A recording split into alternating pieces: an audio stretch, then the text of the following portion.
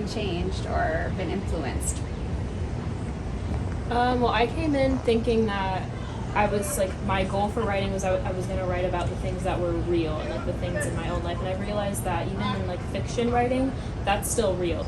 At first I wrote to escape life, and now I write to pay more attention to life. It's called Identity and Belonging, and I actually feel like I belong here. Writing is what you consider writing? I want to be able to be heard, even if it doesn't change like the Constitution or anything big like that. If it changes someone's life, like if it helps someone be more of themselves or help them get out of a bad place, then I think that's what's really important.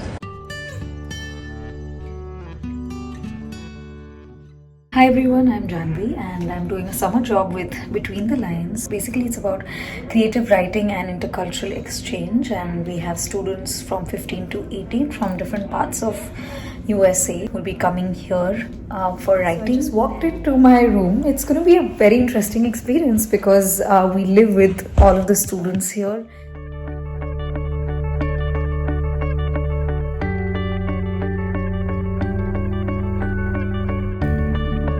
The students have already arrived and they are at the seminar hall. My name is Lauren. I'm a rising senior, so I'm 16, and I'm from Chicago.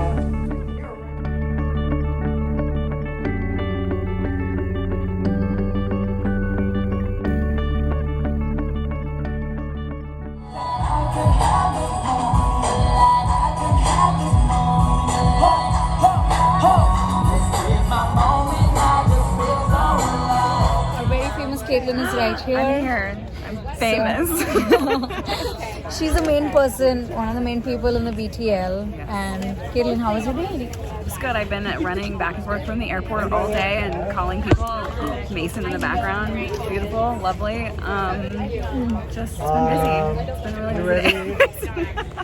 We expanded it then to include students from Russia, but this program, which comes to us courtesy of the Doris Duke Charitable Foundations, is a special interest to us because it's just for American students, and it represents the IWP's first attempt to reach out to American students. And I think you are in great hands with Alisa and her team, and your faculty, José and Poupeh, we've brought them back for several years in a row.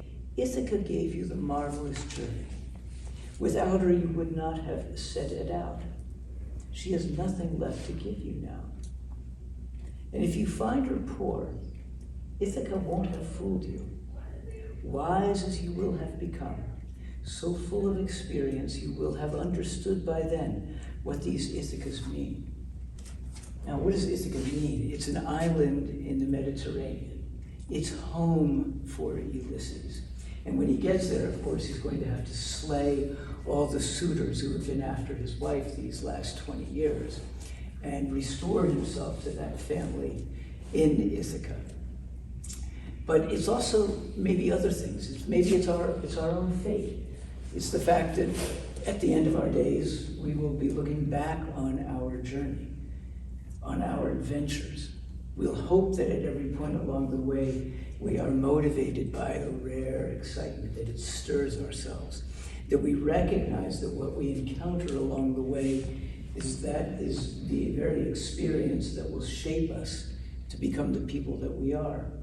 Writers are fond of saying that if something terrible happens to you, you can at least use it for material, right? This is one of the ways that we get through some of the terrible things in our lives. And believe me, every one of you will have terrible things that happen in your lives. Maybe you have already. But if you're a writer, you have the chance to do something with that. And what your talented faculty is going to be doing over the next couple of weeks, and what you'll be discussing in your classes and with your counselors, all of whom are from our nonfiction writing program, is how to turn the material of your lives into works that last. I wish you the very best of luck, and I welcome you to our UNESCO City of Literature for Between the Lines.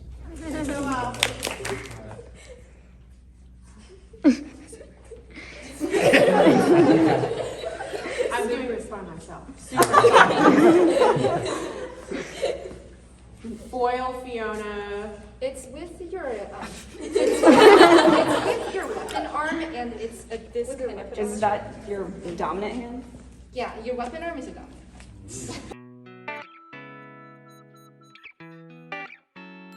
That they recorded like in their cars or in their closets, and then they would quit and retire a lot of times because they like got clean, right? And so yeah, there is a lot of like community and kind of grungy. It's sort of also we get to sort of the way that he describes it to punk and folk kind of music and ideology kind of mix. It kind of can morph slowly just into country, right? So there's again, blurring genre. It's also a space that is intentional to continue to build relationships. Are you all ready? I'll trust you for now. Okay, what we're gonna do is an exercise called a continuous no. Oh. So you're all gonna close your eyes. Oh, this one. Oh. And we're gonna start we're all gonna try and match the same sound. Anybody can go up and anybody can go down, right? Because you're all collectively in control of it, but if somebody goes down, you're gonna follow them. If it goes up, you're gonna follow them.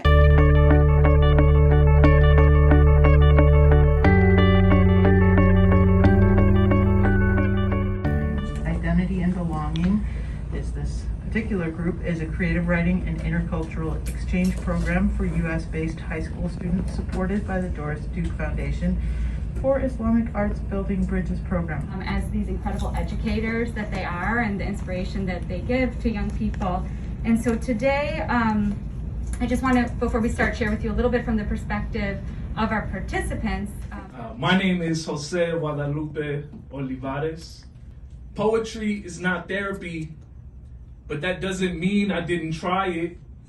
God knows in those moments when it felt like my gut was being wrung like a wet rag, I wrote bad poem after bad poem. Who cares? Healing wasn't the point. Healing is a capitalist pursuit. After my grandma died, I measured everything in distance. 800 miles from my parents, 2,500 miles from where she was buried. Do you understand what I'm saying? I'll never close the distance. I wanted the hurting to stop, to write a poem I could hand all my friends asking me how I was doing. How am I doing? The distance between me and everyone I've lost grows by miles and years. Today is Father's Day, and tonight is the night of the 7th day of my Baba's passing, a night we are to gather in rituals to honor his life, send prayers to his soul. This past week has been unlike any in my life. I participated in the funeral in Behesht Zahra Cemetery through my friend Roshanak's FaceTime, watching a clergyman perform the Namaz-e-Mayyit, the prayer for the dead, over his body, had her put her hand, a surrogate for mine, on his body, say a prayer to him in my stead, watch the rest of the burial through the screen of tears, the screen of my iPhone and hers. Her phone got shut down several times due to heat. I called a family member present until hers too shut down, and I had to alternate between the two phones.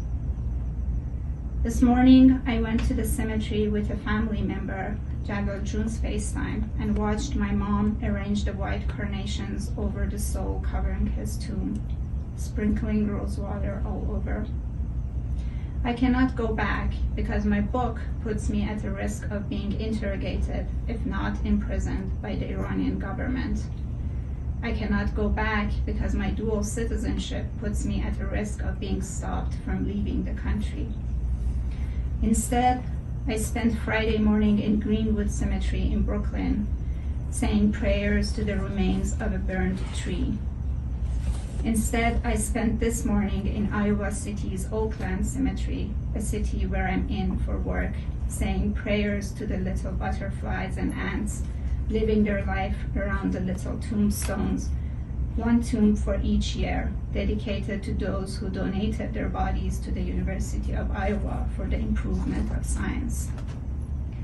In the past week, beside my partner's embrace and friends in Tehran and Brooklyn and elsewhere in the world who didn't leave me alone, several strangers have held me close with their words and their arms and their gifts. Several people have told me about my Baba's kindness, introducing me to new layers of his being.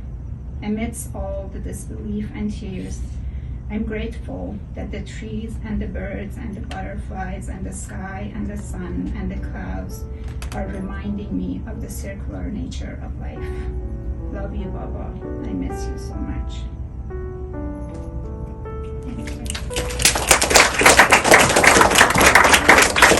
Today is the 4th day of BTL and there have been a rise of COVID cases around the world. So today I'm going to do mental health and identity, and I'm just going to do a morning session on that.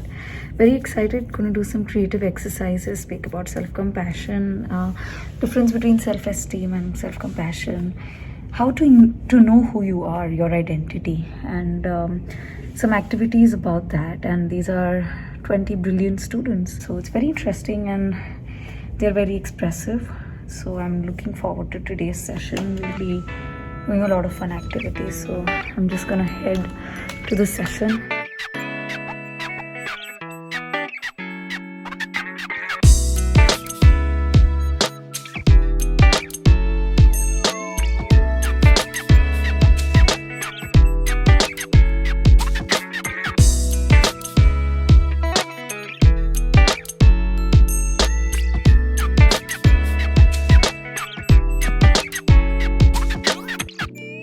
It is now time to go to the pizza farms.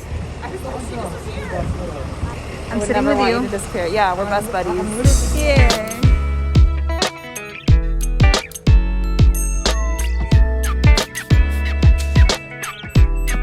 Okay, so that is Sean, the experienced counselor I was talking about, and this is Gyasi. Hello. Yeah, I think.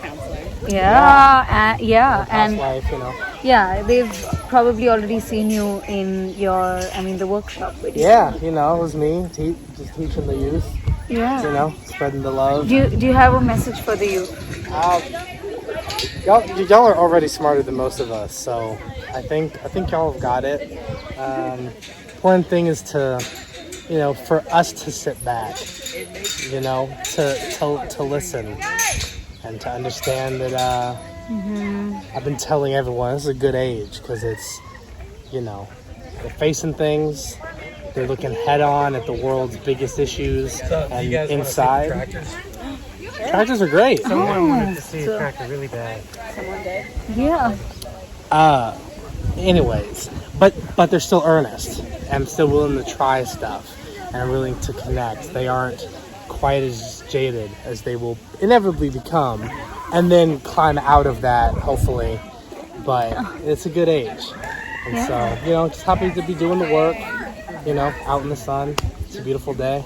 Yeah, and Gyasi is doing MFA in nonfiction. I just graduated, actually. Just finished it up. In the bag. That's it. I'm done. Great. Certified. I'm not a doctor, but I'm basically a doctor. That's fun. I was just gonna ask you to speak about BTL and maybe when we're back. Who is it to? To the YouTube. So I have a YouTube channel and this is gonna be on that. To the whole world. Apply to BTL. Yeah. Yeah. If you're old, Damn. sorry. Don't apply to BTL. Yeah. Yeah. Just if you're between 15 to 18, but I think yeah.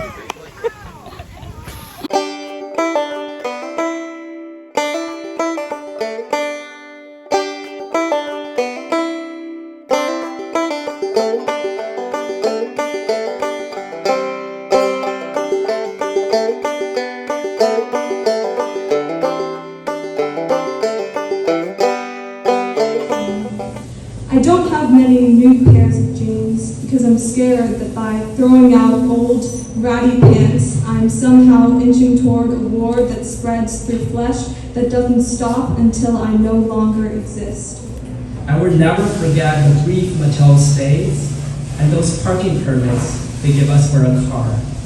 I will point to our small market car. and the front desk manager will lie. Perhaps being a homeless is another thing to laugh at. Verses. When my mom handed you to me, I hid my teary gaze when I realized you were so fake, your thin sides were labelless. But now I stare at the scuffs we made together and I realize you gave me what my parents couldn't. Thank you, Faux Verses, for surviving Riddle Street summers after watching the silver wires of my dad's birdnest hair fill the room, so I had no choice but to drown in the waters of his age. Thank you, Faux Verses, for the day I pulled Biggs outside because my weak hands could not shield little man's ears from sharpened words, so we drew dreams of rainbow chalk on your toes. To pieces, you tell me there is one lie and it is our bloods contained this moment. Sugar crackling like an eclipse of dynamite. To love is to catastrophize, to sin is to bite. Bullseye. Many calls to report the weather in earnest, almost pleading to enter the tune with their tiny squeaks and hisses. Success. The pain was sudden and astonishing. My piggies were ripped apart one by one without hesitation, dooming them never to visit the market again. Eyes bulging, I bit down to relieve their pain, only to destroy my molars. Blood gushed down the sides of my teeth and I laughed, spraying the juices around me. I always hated going to the dentist anyway. Hungry little buggers darted to where my spittle was and artfully dug, as if to savor every last mouth-watering bite. I cried for pleasure. Fireproof, corrosive pain smoldering up my arms, glowing as if I were God. Forgets disintegration. Here the ashes of a burning high bun taint smoke in dark alleys. Or broad daylight because every split second my skin detonates and still nobody else feels it. Noon and I am lying in bed, fingers tapping, counting syllables to the rhythm of dumpsters on fire and high buns on fire and myself on fire. Now I tell you, people burned as battlegrounds of true form of flame has no warning of smoke or light. It only burns this fever, this fervor of light. Sometimes it lasts to live, but sometimes it hurts instead. Sometimes it lasts to live, but sometimes it hurts instead. The Summer Institute, a creative writing and intercultural exchange program for Pakistani, Indian, and US-based college-age students. And to get started, we're going to have Dr. Peter Gerlach, the director, come say a few words.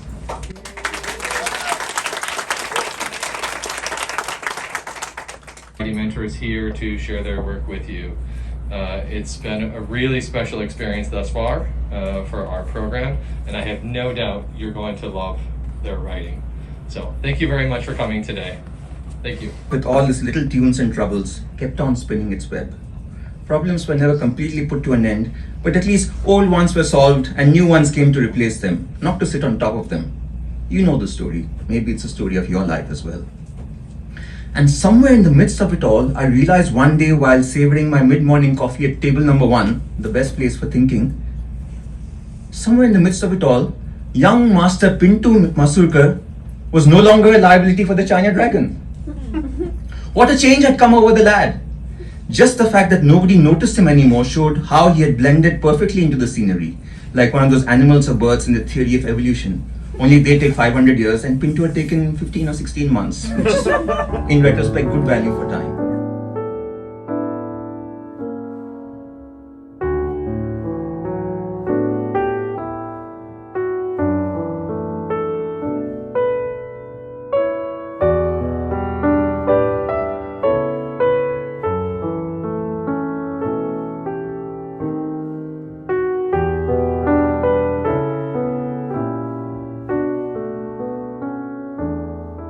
For me, I think BTL, or like international writing program, for me is a history for me. I am very passionate about everything, and then about the experiences here, as well as the history, bringing different writers across the United States, across the globe internationally to come to here, whether it's for the 4 residencies or whether it's for the Between the Lines program. So for me, it's a history for me, and then I'm really glad that I'm being able to join this amazing program this summer. That's great. How did you find out about like international writing program, or like how did you research it or learn about it? As a new immigrant coming from China, that I know there's a lot of Chinese writers. who came to to international writing program 20 years ago and even like very recently. So I was very passionate about the Chinese literature components of the international writing program. And then while I Googled that, I really wanted to join the IWP community. And I actually found this very amazing program, Between the Lines, and then finally able to come to here today in Iowa City. Hi everyone. I just want to say thank you to all of you. All of you are so nice and kind and smart and just the most amazing people I've ever met in my entire life, and I genuinely mean that. You all are so, I don't know if I'm allowed to swear, effing incredible. And, you know, I'm going to piggyback off of Lauren. I wasn't really much of a writer.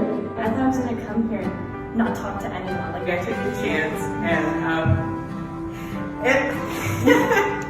this was the first time I've ever felt like I belonged somewhere. I feel like I've gotten so much closer to understanding who I am. And, you know, it's just starting to like find like more meaning to my life, so I want to thank you. This is your community. There are two identities, one which is like given to us and one that we choose.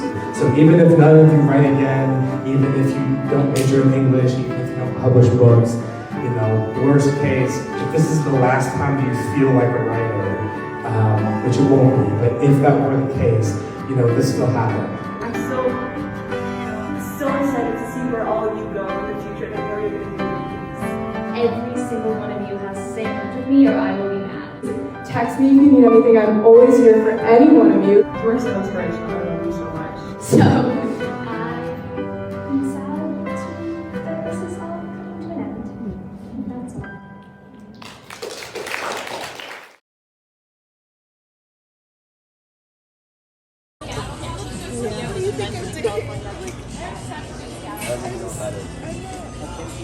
Hi.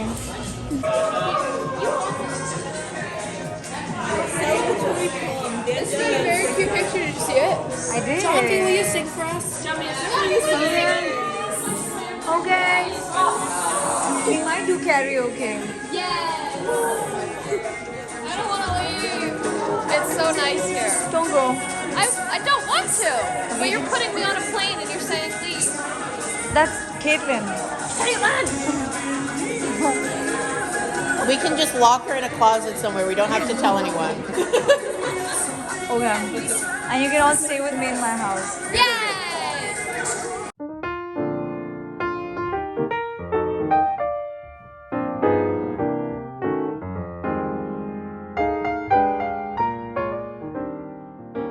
Young writers from 12 U.S. states embarked on a journey to Iowa City, Iowa.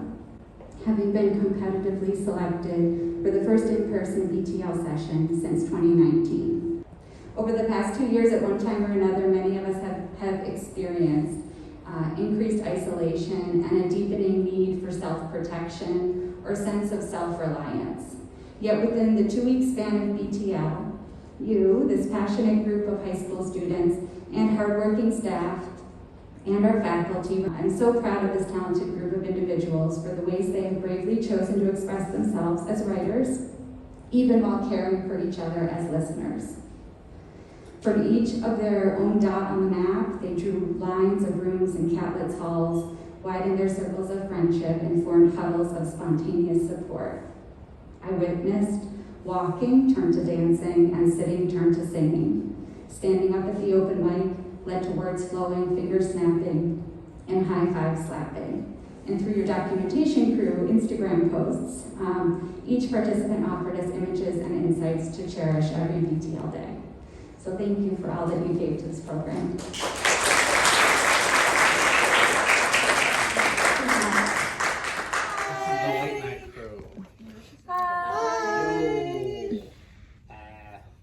It's 1 a.m. Is it really? Yeah. Yeah. We love this is the last day of BTL. Yes. So, yeah, we're just chilling Sorry, together. My birthday.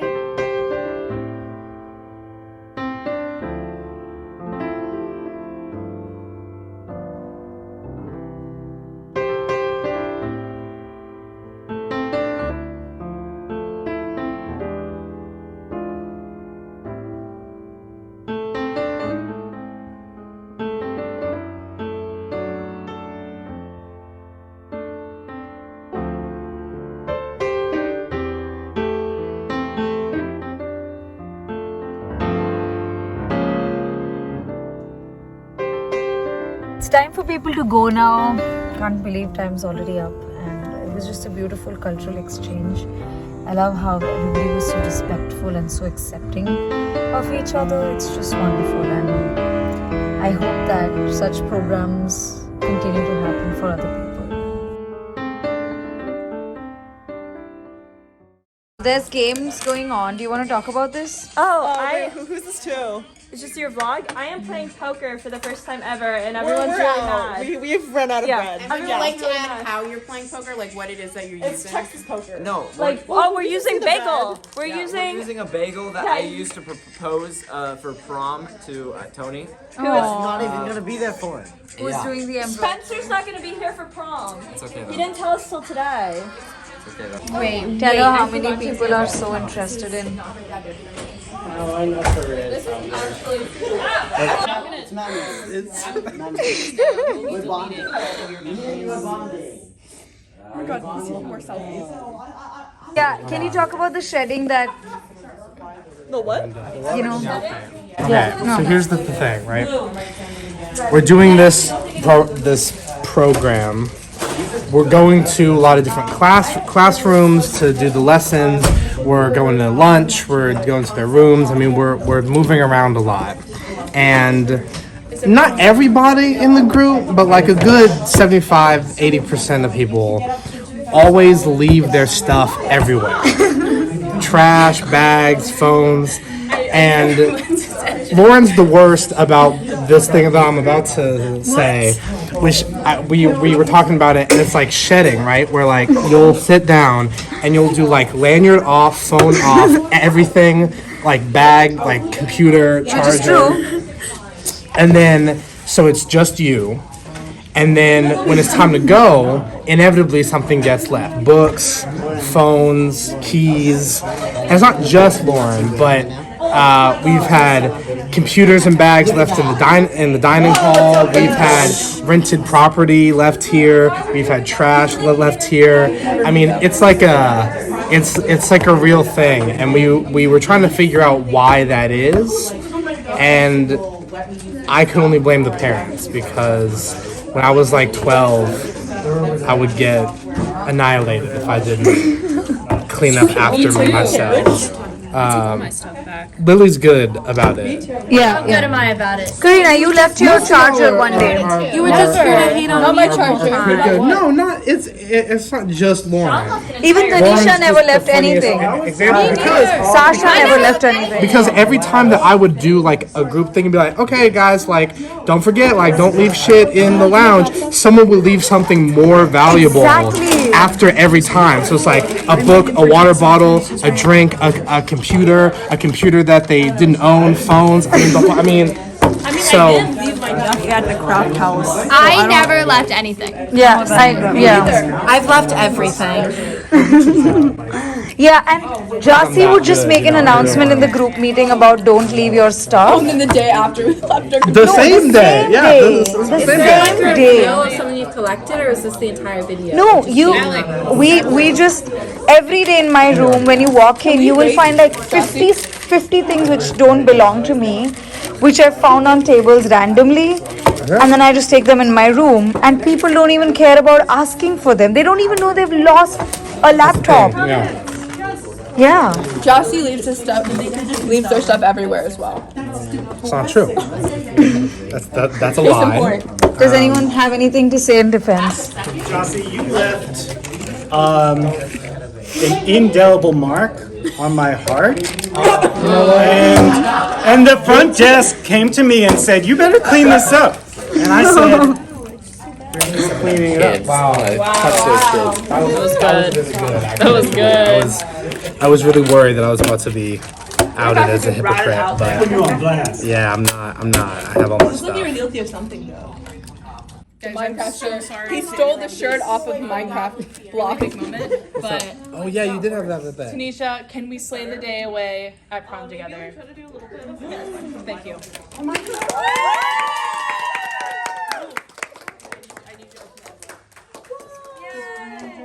we can cut it into two. Y'all are ridiculous. Y'all are forgetting who was here 24 hours a day. Jonathan is trying to tour us, bro. That's y'all are crazy. You know what's up? Yeah, no, thank you. Are we all I'm just not even from the same. That is Gyasi trying to. Look, all I'm that he saying wants is to be a you are very responsible, and I get why I have that impression, but they're wrong. I'm very responsible. It would be. And you let them stay up constantly. Okay. It was you. No, but they trust. They can come talk to me about anything. People are choosing me as the better parent wife, and Gyasi is trying to convince them. I was the one who had to play the hard one. Stay up past the bedtime. That's what I'm saying. Oh, that's true. That's true. I had to become the bad guy, but that's not me. That's true. I was put in this position. It's not me. But they are not wanting you to be. They don't want you to be the parent because Lauren is saying that you laugh at her face.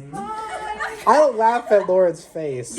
Lauren says funny things, and people say funny things. Yesterday, so I was like, Gyasi, someone made fun of my smile, and Gyasi goes, okay, smile for me. So I turn to them and I go, that's not the whole story. And they break down, like fall off their chair laughing at me. Okay. Someone said that Lauren's smile looked like the smile of the mascot of the bird outside of Schaefer. That's really funny. Like, that's really funny. That's a good joke. And I told you as trauma because I was gonna... And you turned around with you like, it was really good. It was really funny. No, you see it. Exactly. This is why I go back to Max Vagina. Lauren, listen. We have plans to go back to Chicago. This is why. It isn't even you. It's just the quality of the I have joke. plans with Hyman Tapper. It's like the Ooga Booga thing. Like, that's a good joke. I don't necessarily think that he looks like a caveman, but I get it, and I think it's a good joke. That's a good joke. When Tanisha called Luke a caveman, he started dying. It's funny. They started dying laughing. It's funny. What about I would need support in that moment if you were my parent? Okay, but if it's funny, if it's like, okay, because it isn't like an insult or like a joke, it's really funny. It's really, y'all are perverted. Y'all are psychopaths. Kira, who did you choose? As a parent, that's very hard. Alisa, you guys, everybody else gives off big sibling energy. Okay, that's true. Because Alisa was like fighting for her life to get into the hospital when I needed to get in the hospital. So I was like, yes, you can just like really help. No. Necessarily who I am. This is my job. I choose John B. Because we're Because you and as a joke, I went, are like a mother to all of us, and everyone feels safe. what?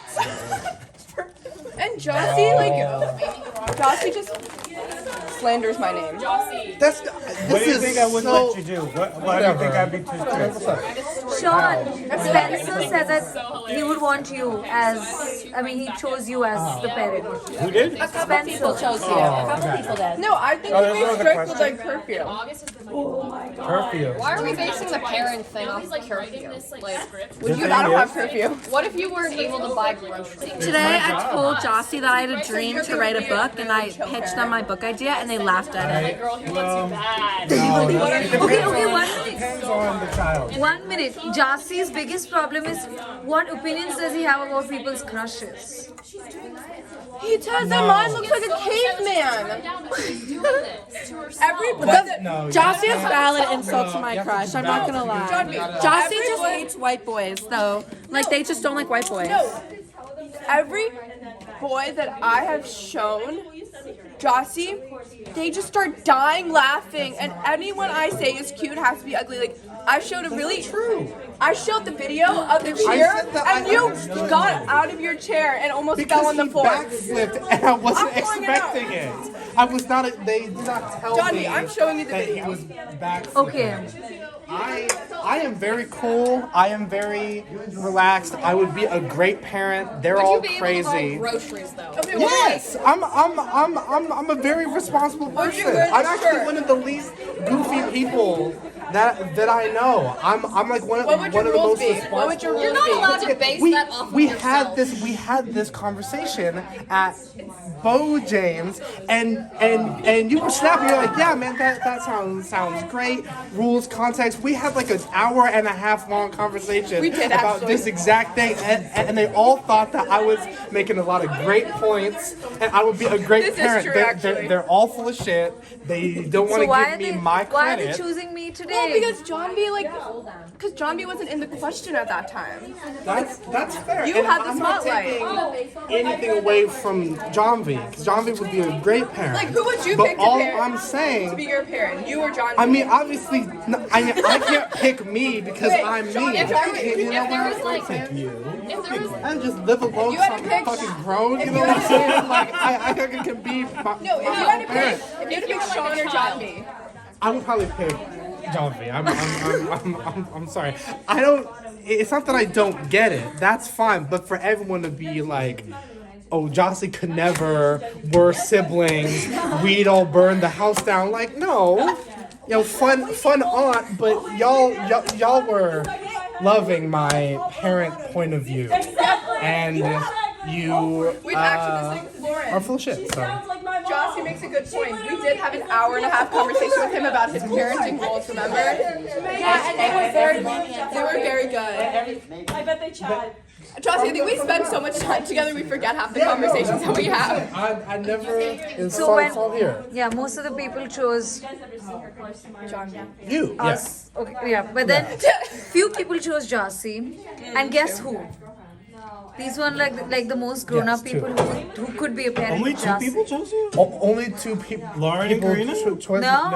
No, they're the biggest hypocrites. Oh my We god. said, oh my god, do not put that on me. We said that we love them, but we would want them to be an older brother. We don't know if they. Sometimes an older brother is a parent. That's what I'm saying. But Jahnavi is like so with comforting. Spencer, Okay, Lauren said Jahnavi first. That is true. She was the first to Okay, well, let me guess then. Was Lily? No, none of my closest. No one that you would think. Is that a good No, she went with Jahnavi. My See, this is the closest. slander. It was Meredith because she's a real one. No, and because Meredith is Galton. so grown up. Galton picked you? Yes. Oh, that's a real Could you treat. raise Galton though? Okay. Why did you pick Gyasi? Because he's chill and he would be a good father figure.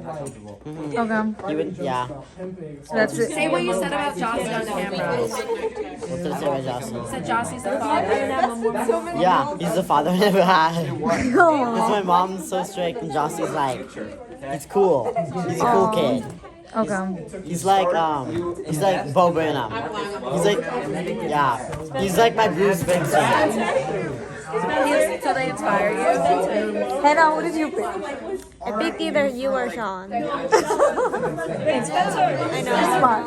I picked you. I know. I picked Jahnavi. I feel like she'd be so supportive and nice, and I think that I could trust her with anything. And I also like they're very sex positive. Just kidding. Just kidding. Okay. Yeah. That's what's on your mind. What's on the internet? And become a woman in biology. I'm never. But I'm a woman instead. Yeah. Literally just okay. So they left this. There's popcorn on the ground, and I said as soon as we open it, it's gonna be everywhere. Sofa was still here, so that doesn't count. But Selena took the wrong bag. Like it's just this might be the best night of all of them because there's really only one thing and the trash. But didn't tuck in the chair, didn't straighten anything. I mean, look at that. Chicanery, just carnage. Yeah, absolute carnage. Yeah. I mean, I think it's a good thing though that we didn't stay up that much past 12.